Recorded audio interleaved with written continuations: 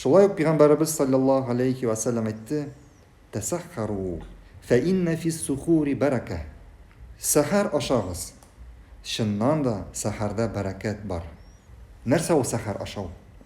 Сәхәр ашау ул берәр кеше уразага керә икән, ураза тотырга ниятле икән.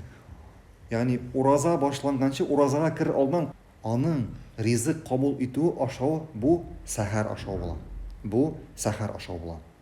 Һәм күп кеше моңа салкын карый.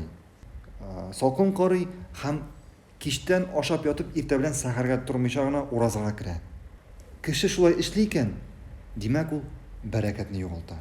Чөнки Пәйгамбәрбез саллаллаху алейхи ва саллям әйтте: "Сәхәр ашагыз" диде. Сәхәрдә чынлыкта сәхәрдә бәрәкәт бар диде. Һәм инде берәр кеше иртә белән ашый алмый икән, ул ураза вакыты керер алдыннан торып, берничә хөрмә җимеше ашап, су эчсә, инде су эчсә дә бу сәхәр ашауга санала.